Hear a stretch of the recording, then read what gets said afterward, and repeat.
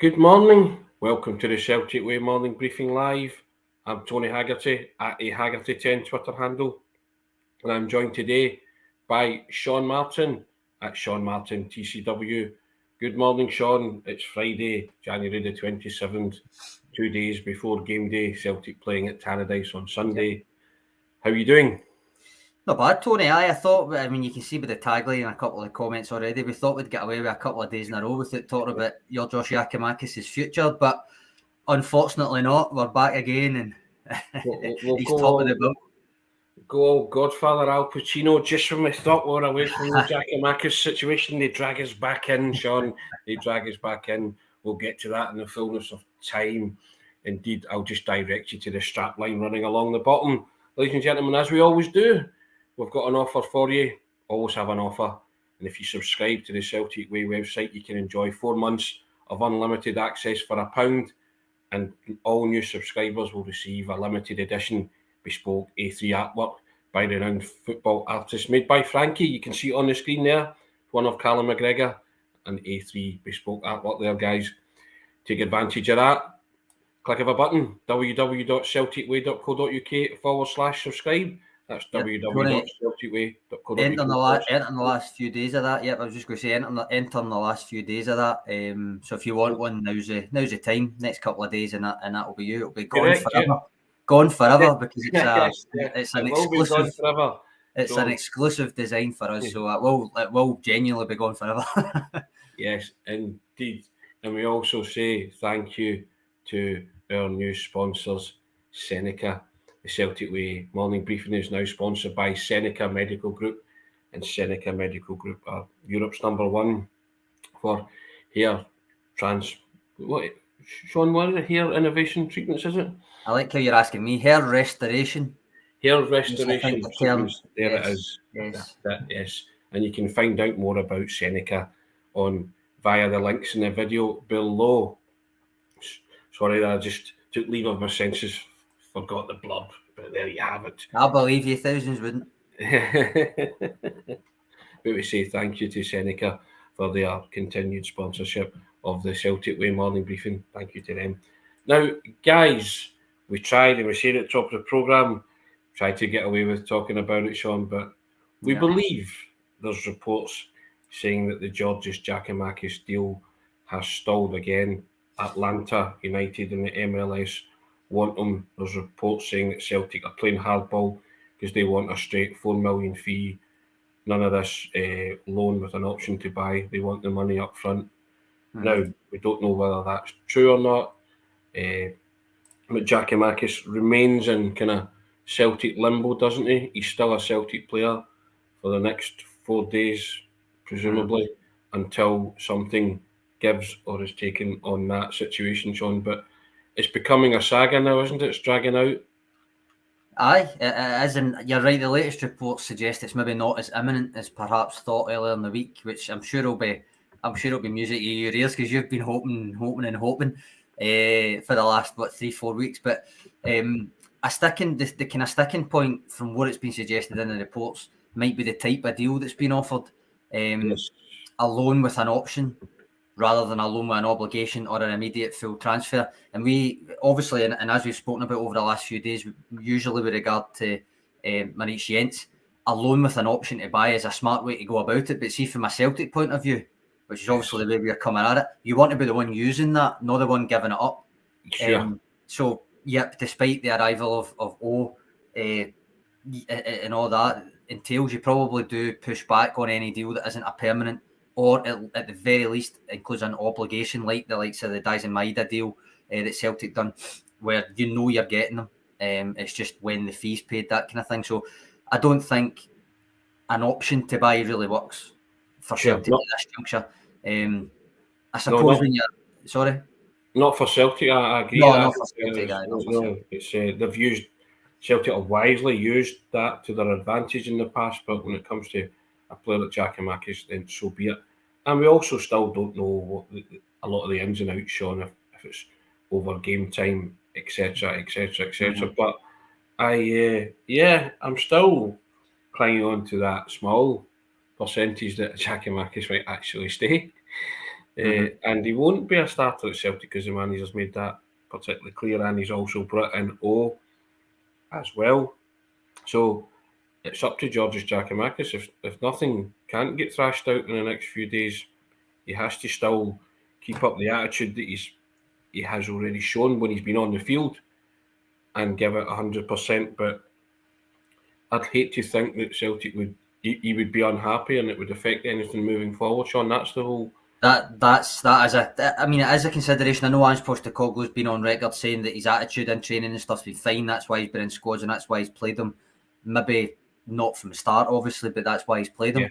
And I think when he's on the pitch, you can see he still cares. When he's on the pitch, he's still got the professional pride in that sense. He's not doing, by all accounts, an Anthony Gordon down the road at Everton just now, what he's apparently doing. But I'm going to put this comment up with David Ferguson. He says, Ange Postecoglou probably wants 3 strikers at the club eventually, so why not start now, move Giakoumakis on in the summer, and then bring in another replacement then?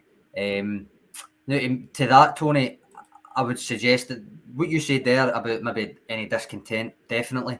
But the flip side is that if you already are allowing him to leave, and that doesn't pan out, and you've got 3 strikers and all that, then fair enough. But you need to find game time. Yeah. Given he's not had that, I mean, he's had game time, but maybe not the amount of starts that he would want. In the first half of the season, with another striker in there that's got to be bedded in as well now, you're probably talking about his value continuing to depreciate if the second half of the season pans out like the first one did. So I actually think it's a really quite a difficult one for Celtic's point of view in terms of what exactly you do and how far you push it. I do agree with him if it is the way that the reports are making out that an option to buy loan deal, it just won't work in this situation. I don't think that's a wise thing to do. It would really need to be bad. He would really have had to have down tools for that to be a viable option, I think.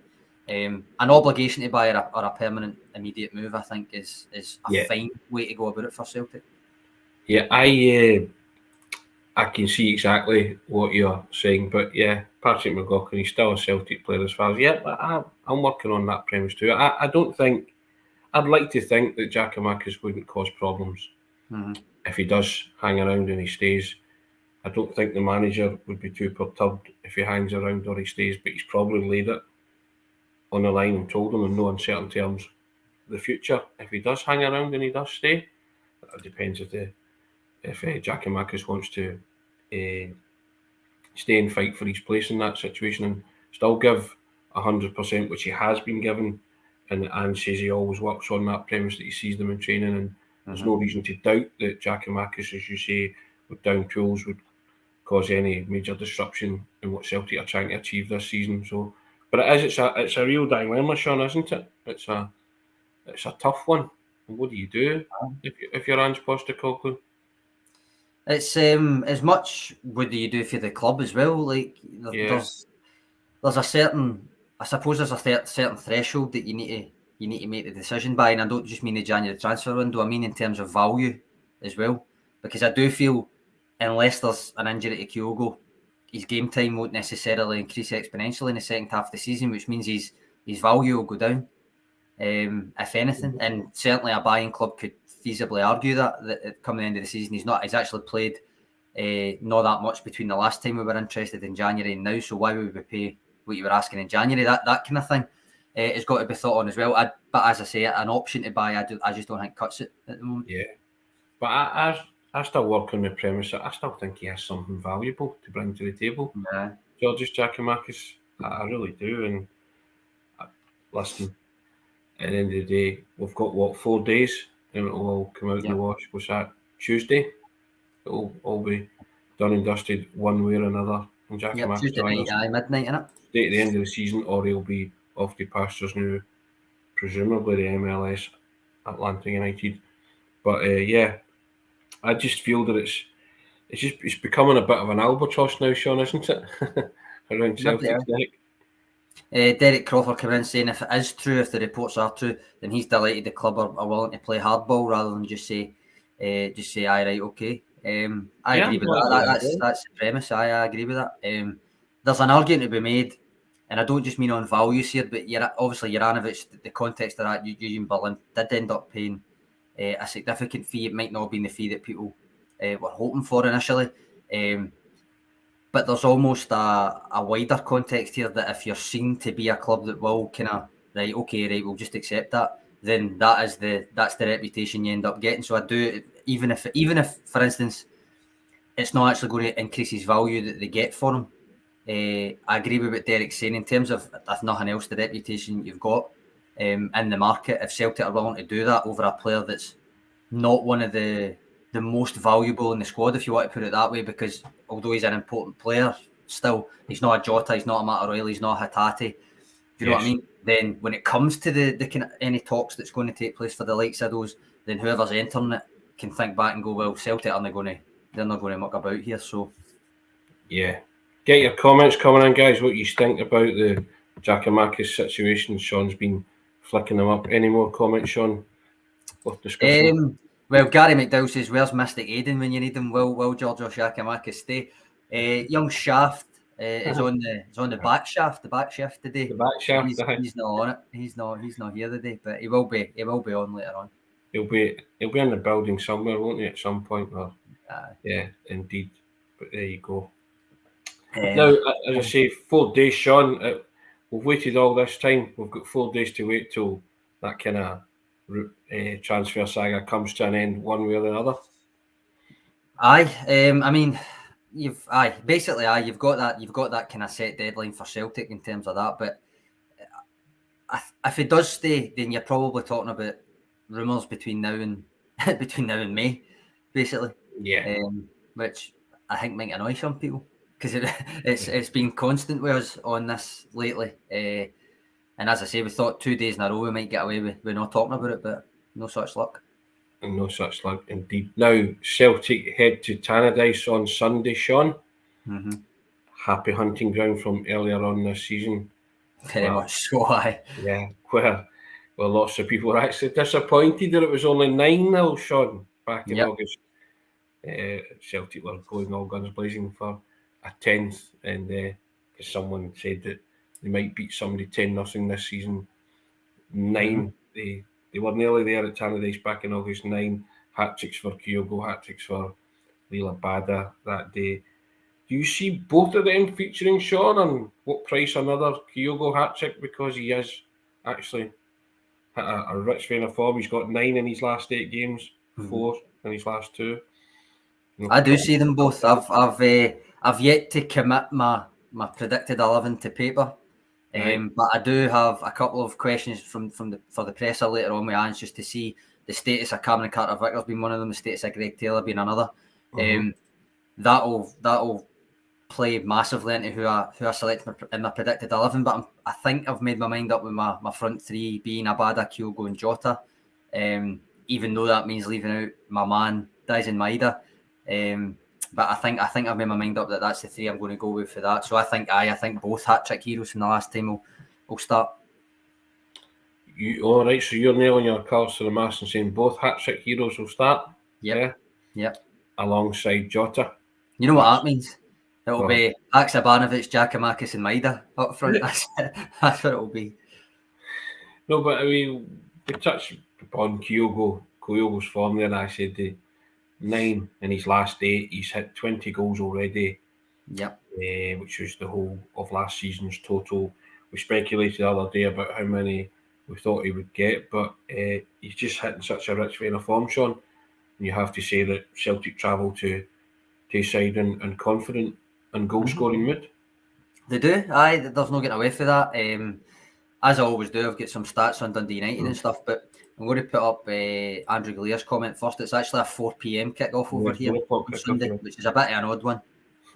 But it's 4 p.m. up in Tayside. So, Dundee United, see, since the last time, right, they're in a much better state than they were getting into that last game. But so far, I mean, they're still 10th. They're still third bottom of the league, Tony. There's no getting away for that part. But they've won 3 of their last 5, albeit one of those was against Stirling University in the Cup.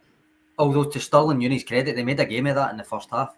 Obviously, it overcame them eventually. But since returning from the World Cup break, they've won 2 league games, drawn 2, and lost just the 1, which was against Rangers. So they're in decent enough form. And unlike the last few teams that we've previewed, Tony, they are keeping clean sheets. They've got 3 in their last 6. That's not been the case with the last few teams that we've previewed. So there's that to consider as well. We'll come up with our predictions at the end of the show, but let that percolate. Yes, indeed. Now, I just think the way Celtic are playing, Sean, I say there's a bit of a confidence in a swagger, and trips to Tayside and recently have been a good hunting ground for Celtic. You know, they got the point, they secured the league there. Giakoumakis scored the goal. Yep. It secured the league there last season, but they've won 9-0. They've played very, very well. But you can never underestimate Dundee United. It's always still one of those tricky grounds and tricky games that, again, I go back to, it's all about your attitude and application. And if you're professional enough and you play your football, your brand of football, as Ange Postecoglou's want to say, then I think Celtic can be, again, it can be another successful trip. Aye. I mean, December 2014 was the last time that Dundee United beat Celtic at Tannadice. Stuart Armstrong actually scored the winner for Dundee United that day. Yeah, but it's a 10-game unbeaten streak for Celtic though since then. 1-7, drawn 3. So I mean, there's nothing to fear getting up there. It is a team on the up. There was a comment from Myhash in there saying they're the 4th best team in the league in terms of form over the last 5 games, which is true. As I say, since they've come back from the World Cup break, they've been doing well. At Tannadice this season, overall, they've played 11, won 4, drawn 1, lost 6. So they still lose more than they win at home. But what I would say is a wee kind of quirky stat. Celtic's 9-0 win earlier in the season accounts for just below half of the total conceded at home in the league so far. So they're not necessarily prone to conceding a lot at Tannadice, despite the fact that they've lost quite a few.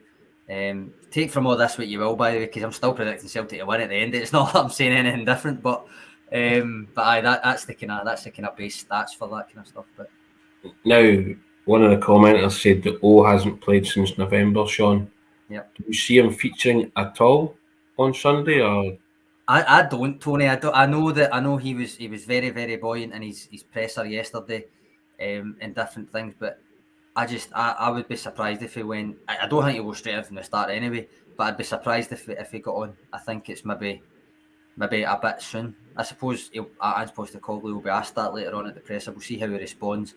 But I mean, given, as I say, end of October for a club game, a competitive club game, start of November for an international friendly, and our video special with Jason Lee, he says that they had started back pre-season.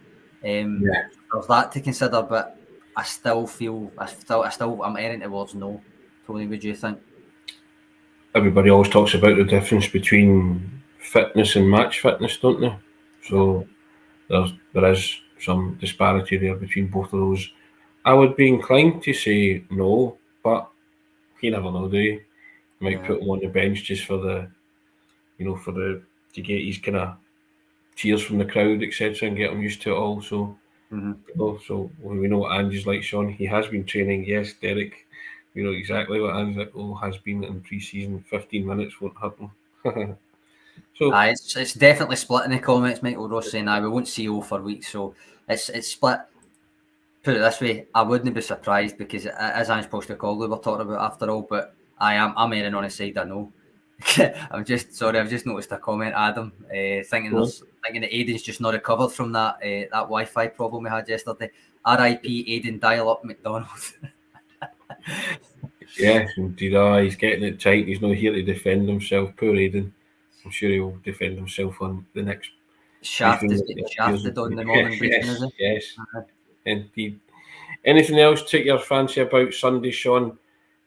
Celtic hopefully preserve their 9-point lead or more, depending on how other results go at the weekend. For me, I would go there. As I said, I want to know what's happening with Carter Vickers. He was obviously pictured in training, so if he's fit, he plays. If he's not, I would suspect Starfelt and Kobayashi is playing. Starfelt right centre back, Kobayashi left centre back. Similar with Greg Taylor, if he's fit, then he plays.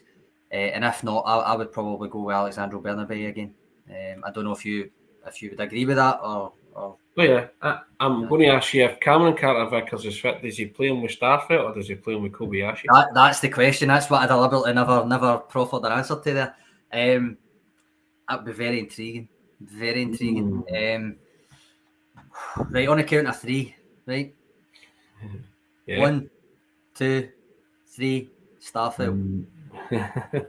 See, you never says anything there. You never. Well, I was going to say, I think I was it going goes to say Starfield. no. So that the question I posed, I was going to say Oh, no. right.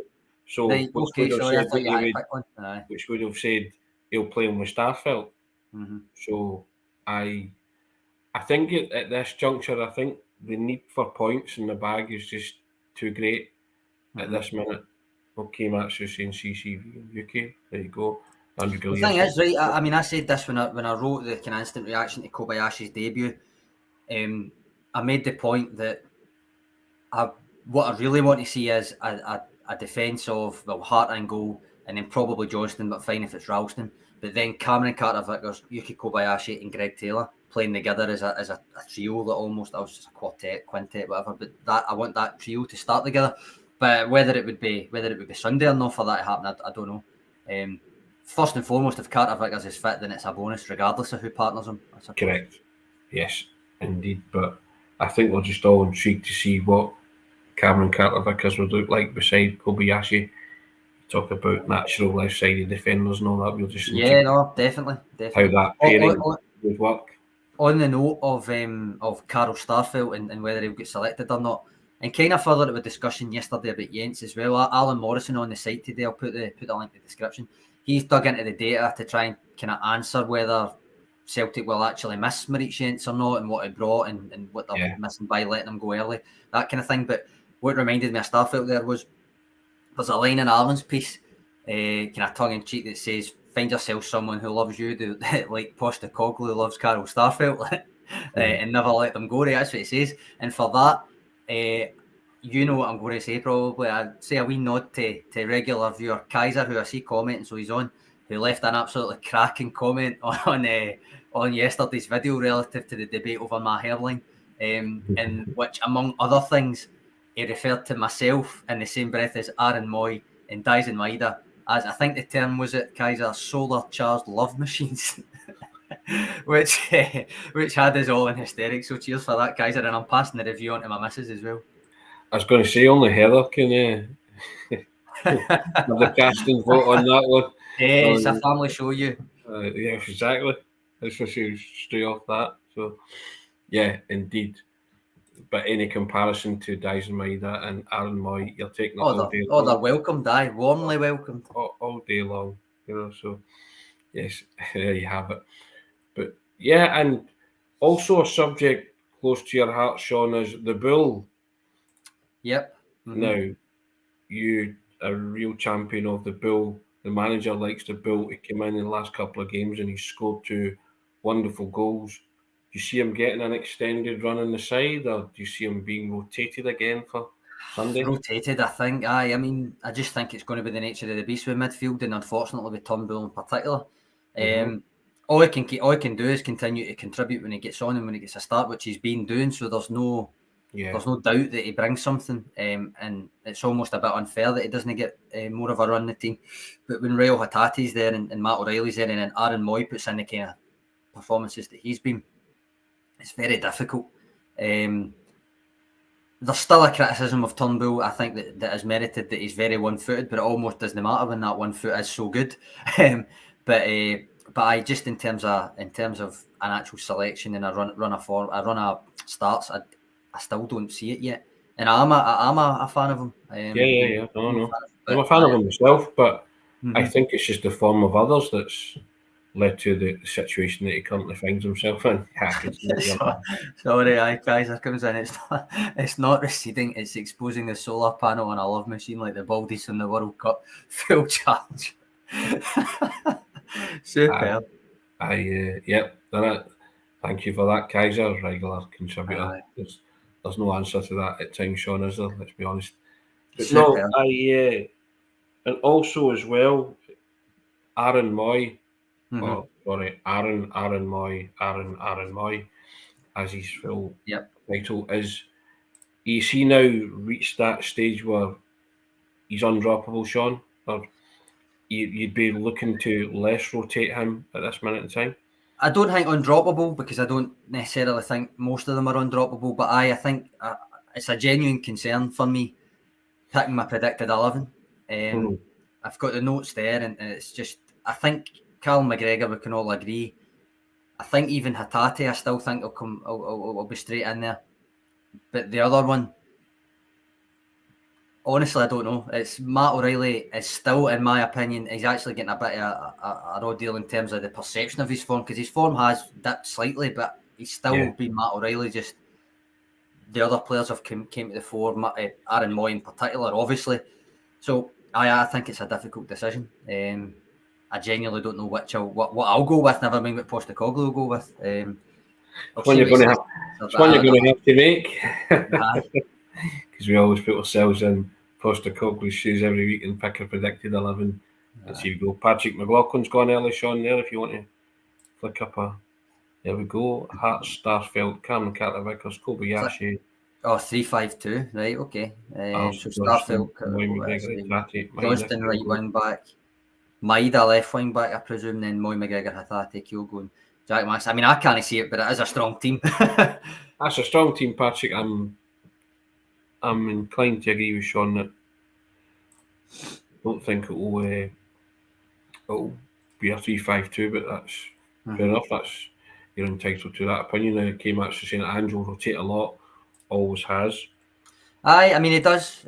I mean, the Morton game, right? The Morton game, the lineup was Joe Hart, Alistair Johnston, Carol Starfelt, and Kobayashi at the back with Alexandro Bernabe, Aaron Moy, Cal McGregor, David Turnbull, and then Leila Bada, Kyogo, and Maida. So out of those, I know we're not giving a full 11, but out of those, I'm pretty much going to pick, let's think, 1, 2, depending on Carter-Vickers, 3 or 4, and then 5, 6, 7, probably about 8 of those. So I would say he's rotating maybe 3, which I think is maybe fair enough. I don't expect 6. I don't expect a lot of rotation in terms of the fact that, you've got to put out the strongest team possible to go and win the game, which he always does. I can understand rotation for the Morton game, I get that, but in terms of the league, I think he's got a rough idea, league-wise, what he's doing. As you say, he tweaks it 1 or 2, doesn't he? For league matches, which is fair enough and freshens up. But Patrick McLaughlin, don't take a fit, lads. No, Patrick, that's fine. You're entitled to that opinion, but I just don't see a 3-5-2. I've got to be honest. But hey, you never know. I was going to say, K-Matsu comes in saying the 5 sub rule has changed the game. Watch Japan versus Spain or Japan versus Germany if you aren't convinced. Certainly for Celtic, it's a massive, massive bonus.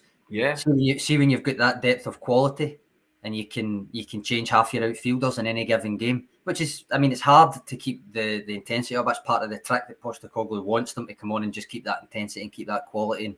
And a lot of the time it does work, but it is a hard thing to actually get right, when to put them on, who to put on, how many to put on at the one time, all that kind of stuff. But I agree with K-Matsu. See, for a team like Celtic, the ability, when you've got the bench that you've got, the ability to change half your outfielders is just invaluable. It's key. And don't get me wrong, sometimes the game's already put to bed really by the time a lot of the subs are on. That's true. But it still feeds into that kind of we never stop the relentless thing. The Celtic will continue to try and go for the 10, that kind of thing. And he talks about playing 60 minutes and 30 minutes, doesn't he? Mm-hmm. The players play 2/3 of the game and then the subs are going to come on and impact it in the last third, that kind of stuff. So I think there's maybe, when he does talk about rotating players or substituting players, he maybe does say to players, look, give me what you got for an hour because such and such is coming on, that kind of thing. And he has that kind of hour, isn't he? That 60, 65 minute kind of thing where he does make maybe 3 subs at that point in time. And he's occasionally, I'm thinking back to Haksabanovic when he was the kind of guy that got it a couple of times. Abada got it. Sometimes it's because of fitness, sometimes it's because something's not working, but he's also made subs at half time before. He's not afraid to do that as well. I was going to say, because there's a kind of mini debate about the 3 at the back kind of thing here, and there was a comment, where was it? Treble saying Kobayashi gives us the option to switch to a back 3. Now, that's strictly speaking true, and this is likely to be a newsletter topic, isn't it, Tony? But if he was really thinking of going 3 at the back, I feel as if he would have kept Maurice Jens. because why do you let the extra centre back go if you're going to play more centre backs in a game and not the same amount? And there's probably a newsletter in this, Tony. We're thinking about, we're spitballing before it, we were thinking about it, and everybody, you ourselves included, were absolutely right to say that there is a ruthless streak, but we were discussing that actually there's a wee bit of a merciful side to that as well. Yeah, without a doubt. So yeah, to subscribe to the newsletter, you'll get the full argument for that. Yes, indeed. Now, are we going predictions, Sean? Too early for predictions, is it? No, by all means. I mean, why not? Unless you've got anything else you're going to say. I mean, sorry, I'll just throw this up because I'm forever saying this about the pass network when I'm doing the data stuff after the game. Sure. Andrew Galea with the ball, Celtic are more of a 2-3-5 anyway, which is true. As I say, Joe Hart stays in his own half all game, sometimes both the centre backs, sometimes only one of the centre backs. Depends what kind of how attritional a game it is in terms of how deep someone's sitting. But the rest of the players invariably they're in the opposition half, and the fullbacks are so high they're part of a midfield. So it's kind of like a two, either a 3 with the two fullbacks and McGregor, or a 2-4 with Hatate and McGregor, and then O'Reilly pushing, Moy, whoever, O'Reilly pushing right up. So you've almost got the 4 up front. So I agree with Andrew Gilly. Whether they start with 3 at the back or not, in domestic football, it'll end up much the same in terms of the majority of the teams in the opposition half anyway. Yes, exactly. That's the way it kind of usually pans out, doesn't it? I also agree with this from Beach Boys, if I can find it, about the kind of the logic of playing something like a 3-5-2 when you've got so many wingers, because you either need to ask the likes of Maida to play a wing back role, which, don't get me wrong, I'm sure he would do it. Forrest played a wing back role before under Neil Lennon as well. But you need, I mean, where are you fitting in a lot of these wingers if you're playing a 5? You know what I mean? So I take Beach Boys' point there as well. So indeed. Okay, Sean, you going to go first? Am I going first? I'll go first. I mean, I've got mine noted down here. It's as I said earlier on, United are in much better shape than the last time. Yep. They're keeping a few clean sheets. It's at Tannadice rather than Parkhead, but Celtic are not only scoring still, so they're averaging 3 goals per game since the new year, right? But they're also keeping clean sheets themselves, because that's 4 in a row. So I'm going to go exactly what that suggests and say 3-0. Well, you're going 3-0, are you? Yep. Okay. I'll go 4-0, Sean. Yeah. 4-0 Celtic. There you go, obviously. The buckled Furby 3-0. What a username that is, by the way, the buckled Furby. 2-0. Guys are saying hat trick. Pete McGee 3-0 or 4-1. You go to bet both of them then, Pete? You're saying Rhino here 4-0, please me. Derek Crawford 5-1, Kyogo hat trick. There you go. Jason Lee 3-0. Gary McDowell 2-0. McGill getting a wee line-up in there as well. Tipping to Wata to start, actually, I noticed. Wow. I think there's a chance of that. I mean, I wouldn't put it past them, but I don't necessarily think so yet. It's funny, but I'm looking at a lot of people's teams and they've got Giorgos Giakoumakis. Is that happening? Coming on, so yeah. We'll see how it goes, eh? Yeah. Gary McDowell, 4-1 Celtic, the Brown Warrior, 3-1 Helen Feeks. Yep. Let's say 5-0 far. Mick G says he's far too intelligent to be a betting man. There you go, pal. Maybe that's my downfall then, eh? My hash coming in saying the XG for home and away data suggests a 2 or 3 goal margin. I'll take the 3-1. Thank you. Or not 3-1. I'll take the 3-goal one. I mean, yes. Andrew Galea 5-0. Pucci's going all in. Not only is Giorgos Giakoumakis going to be there, he's going to start and he's going to score a hat trick. Ben Hawkins 4-0. Another Aaron Moy brace. He'll be challenging Kyogo for top scorer at this rate if he gets another brace. Yeah, 5-0. And on Aaron Moy, just taking a couple of decent penalties with aplomb, Sean. Mm-hmm. So with Josip Juranovic departing, Celtic have got a new penalty taker if Aaron Moy's on the field. I was going to say, if they get a penalty, surely not 2 games in a row, Tony. Surely not 2 games in a row. into. I'm just going to throw this up just on I think it's off the back of the Iwata question. Brown Warrior says the tempo dropped off noticeably when Callum McGregor went off against Morton, so don't see us changing that if he's 100% fit. Now to that I would say it did, right, but I wouldn't say it was because McGregor went off. I would say it was just the way that the game had panned out. Having that kind of lead at half time, and I said this in the Iwata kind of instant reaction to his debut piece, was it was almost a thankless task to try and gauge exactly what that game meant, because although I liked the way that he was kind of directing people and he wasn't afraid to kind of be pointing and shouting and stuff, and he was shown for the ball, and that's what you want from a midfielder in Ange Postecoglou's team. The fact that they were so far ahead and it was such a one-sided game at that point with the scoreline, it was naturally going to tail off, even though it's Celtic and it's not meant to tail off theoretically, it was always going to be a different kettle of fish in the second half. So I don't necessarily think it was because McGregor went off. I just think it was the nature of that kind of game. Yeah, I mean the tempo did drop, but between Celtic were 4-0 up, weren't they? So you expected that, and I thought Iwata did very well when he came on, given the opposition and given the nature of the game at that particular time. Whose news comes in saying a Hawaii 5-0, 5-0, 5-0. There you go. Well, I think people are just trying to top you, Tony. Exactly. Yeah. You think so? Possibly I go one more than me. Michael Cairn says 5-1. I think everybody is in agreement that it's going to be a Celtic victory and a comfortable one at that. And if that's Brown Warrior coming back in, just saying McGregor sets the tempo, is key to that. Totally agree. I 100% agree with that, and I think there's nobody quite like him at doing it. There's no one better if you want to get a wee sing song. But I just mean in that situation, that particular game that you referenced, the Morton game, I think even if McGregor was on, it would have been really hard to keep that tempo as high as it was in the first half. But lots of love for SENECA in the comments, Sean, as well. So there you have it. Thank God for SENECA. Yes, I'll just direct you to the strap line at the bottom, guys, as we wind the morning briefing up. New offer: subscribe to the Celtic Way. Website costs you £1 for 4 months of unlimited access to everything that we write on the website, and new subscribers can get that free A3 Callum McGregor print by popular Celtic football artist made by Frankie for the click of a button. You can join us, www.celticway.co.uk/subscribe. That's www.celticway.co.uk/subscribe.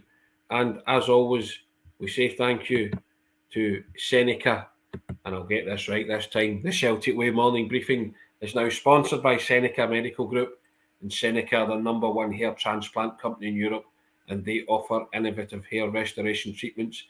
And you can find out more about SENECA via the links in the description of this video. And I have to put out the disclaimer saying, no, Sean and myself are not the poster boys for SENECA.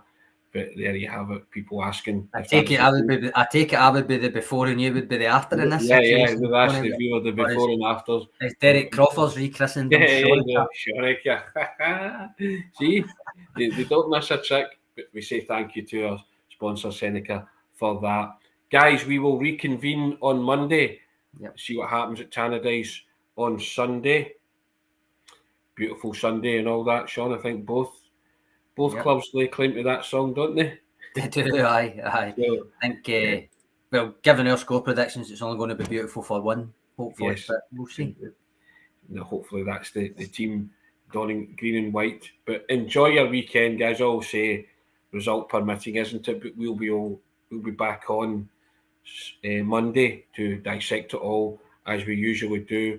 Hopefully Aidan has found his way into the building and got some kind of dial-up signal. Sean, he'll be back on Monday. I'd like to think so. But yeah, he should be back joining us. The three amigos reassembled. But have a wonderful weekend, guys. Take care, and we will speak to you all soon. Cheers, guys. Cheers, Tony.